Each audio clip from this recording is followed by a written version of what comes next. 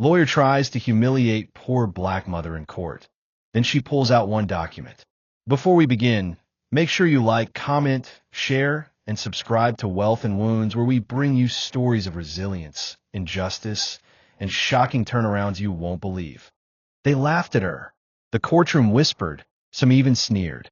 She was just a poor black mother, dressed in secondhand clothes, standing against one of the most powerful attorneys in the city. Everyone thought she would crumble, but no one expected the one piece of paper she pulled out would change everything. The day the trial began, Angela Carter walked into the courtroom with her head bowed, but her spirit unbroken. She wasn't wealthy, she wasn't educated in fancy schools, and she didn't have a team of attorneys at her side. All she had was determination and a file folder she clutched to her chest as if her life depended on it. Across from her sat Robert Gaines, a sharp-tongued, smug corporate lawyer who had spent decades tearing people apart on the witness stand. He wore a $5,000 suit, his shoes polished to perfection, his smirk sharper than his words. His client? A wealthy landlord accused of illegally evicting Angela and her children, leaving them homeless in the middle of winter. The courtroom buzzed. Reporters sat ready with their pens. To them, this was already a story of battle between power and poverty, and everyone knew how it usually ended. The judge, an older man with little patience, shuffled papers and looked down his glasses at Angela. "Ms. Carter, you will represent yourself?" Angela nodded softly. "Yes, Your Honor." Whispers broke out in the gallery. Robert chuckled under his breath. "This will be quick." From the very beginning, Robert unleashed his cruelty. He mocked her grammar when she stumbled over legal terms. He exaggerated her lack of formal education. At one point, he even laughed and said loudly enough for the jury to hear, "Your Honor, we shouldn't be wasting the court's time. This woman can barely string together a sentence, let alone argue law." The courtroom laughed. The judge didn't stop it. Angela stood silent, her hands shaking, her children watching her from the back row with wide, fearful eyes. She whispered to herself, "Hold on. Just hold on." Robert strutted across the courtroom like a peacock. "Members of the jury," he boomed, "this case is nothing but desperation. My client followed the law.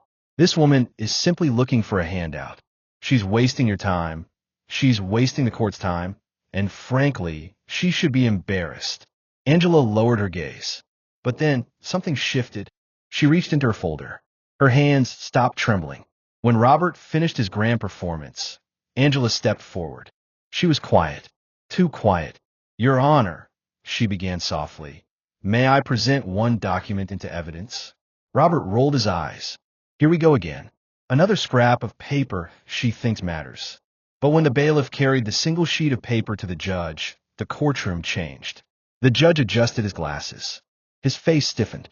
Robert's smirk faltered. The jury leaned in. On that page was the original lease agreement, signed and notarized, and attached to it, an addendum where the landlord himself had promised Angela 10 more years of guaranteed housing.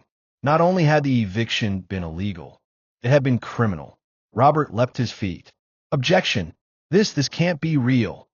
But it was stamped, verified, and legally binding. The courtroom gasped. Angela finally raised her eyes. Her voice steady, she spoke. "You call me uneducated. You said I didn't belong here. But I read every page. I kept every receipt. And while you laughed at me, I was holding the one thing you hoped I'd never find." The jury looked stunned. The judge leaned back in silence. And for the first time in his career, Robert Gaines had nothing to say. Angela walked back to her seat, her children staring at her with awe. She didn't look like a victim anymore. She looked like victory. The landlord slumped in his chair. The courtroom, once filled with mocking laughter, now sat in dead silence, except for the sound of justice turning its wheels. The tables had turned. The underdog had risen. The judge cleared his throat. "Ms. Carter, this evidence changes everything.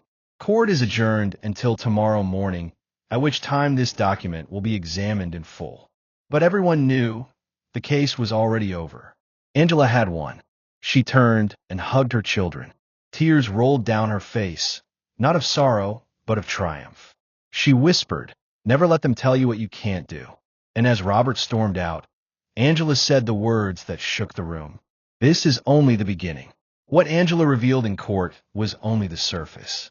That one document was powerful, but it wasn't the only secret she had kept. When she opened her folder again, the jury gasped even louder. Never underestimate the quiet ones. Power, wealth, and arrogance can make people blind. But truth shines through paper, through struggle, through resilience. The truth Angela had hidden in that folder was darker than anyone imagined. And when she revealed it, not only was the landlord exposed, but the powerful lawyer himself was caught in a trap of his own making. The next morning, the courtroom was packed. Reporters squeezed into every corner. Cameras clicked nonstop, and whispers filled the air. Everyone wanted to see the poor black mother who had brought the city's most arrogant lawyer to his knees. Angela sat quietly at the plaintiff's table, her children behind her. She wore the same clothes as yesterday, but her presence had changed. She no longer looked small. She no longer looked weak. She looked unstoppable. Robert Gaines, however, looked very different. Gone was his smug grin. His eyes darted nervously, his hair unkempt, his suit wrinkled from a night without sleep. He barked at his client in whispers, but it was clear the tables had turned. The judge entered, banging his gavel. Court is now in session. All eyes turned to Angela. The judge spoke.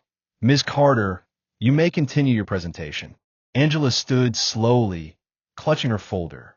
She walked toward the jury, her heels clicking like thunder in the silent room. She paused, took a breath, and spoke. Yesterday, you all saw the lease agreement. You saw proof that I was promised 10 years of housing that was stolen from me and my children. The jury nodded, their faces sympathetic. But Angela's voice sharpened. That is not the whole story. Because when I started digging through my documents, I found something else. Something that proves this case isn't just about me. It's about dozens of families and about corruption that goes all the way up. The courtroom froze. Robert leapt up. Objection. Your Honor, this is irrelevant. The judge raised his hand. Sit down, Mr. Gaines. I want to see what she has. Angela pulled out another paper. But this time, it wasn't glowing with hope. This one was heavy, dark, dangerous. This, she said, holding it high, is a letter, written and signed by the landlord's office. In it, they admit to receiving kickbacks from tenants, forced payments under the table just to keep their homes. Payments never recorded, never reported. Gasps filled the courtroom. And right here, Angela's voice shook, not from fear but from fury, is Robert Gaines' signature. As the legal witness, the lawyer's face went pale. Lies, Robert shouted, sweat dripping down his temple. That's a forgery. She made that up. Angela looked directly at him. Funny, because the notary's stamp is still fresh. And I spoke to the notary last night. They're willing to testify. The jury's eyes widened. Reporters scrambled to scribble every word. The judge leaned forward. Mr. Gaines, is this your signature? Robert stuttered. Your Honor, For the first time in his career, Robert Gaines had no words. Angela wasn't finished. She pulled out one more set of documents, receipts, bank records, copies of eviction notices stamped illegally, all pointing to the same truth. This wasn't a single injustice. It was a system, a racket, and Robert was at the center of it. Her children's eyes glowed with pride as Angela spoke. You try to paint me as uneducated, but I read everything. I kept everything. Every paper you thought didn't matter, I held on to. And while you laughed at me, I held your entire operation in my hands. The gallery erupted. Some people clapped, others gasped. Reporters whispered, This is bigger than an eviction. This is a scandal. The judge slammed his gavel. Order. Order in the court. Robert's client, the landlord, slammed his fists on the table. You fool. You told me she didn't have anything. Angela smiled faintly. Sometimes, the people you underestimate the most are the ones who know everything. The judge leaned back in his chair, face grave. This evidence is damning. I will allow the jury to examine it. But I must also inform the district attorney immediately. These allegations go beyond civil law. Robert's face turned red. His empire was crumbling, his arrogance stripped away in front of everyone. Angela sat back down, her folder finally empty. She had revealed every card, or so everyone thought. As the court prepared to recess, Angela whispered something to her daughter. The girl reached in her backpack and pulled out a sealed envelope. Angela smiled, because inside that envelope was something she hadn't revealed yet. The reporters caught it. The jury noticed. Even a judge's eyes flickered. If what Angela had already revealed was enough to destroy a lawyer's career, what she held back could bring down an entire system. To be continued. Never mistake humility for weakness. Never mistake silence for ignorance. The oppressed often carry the receipts of truth, and when the moment is right, the truth can burn down empires. If Angela's courage inspired you, make sure you like, comment, share, and subscribe to Wealth and Wounds, because part 3 is about to shake the courtroom to its core.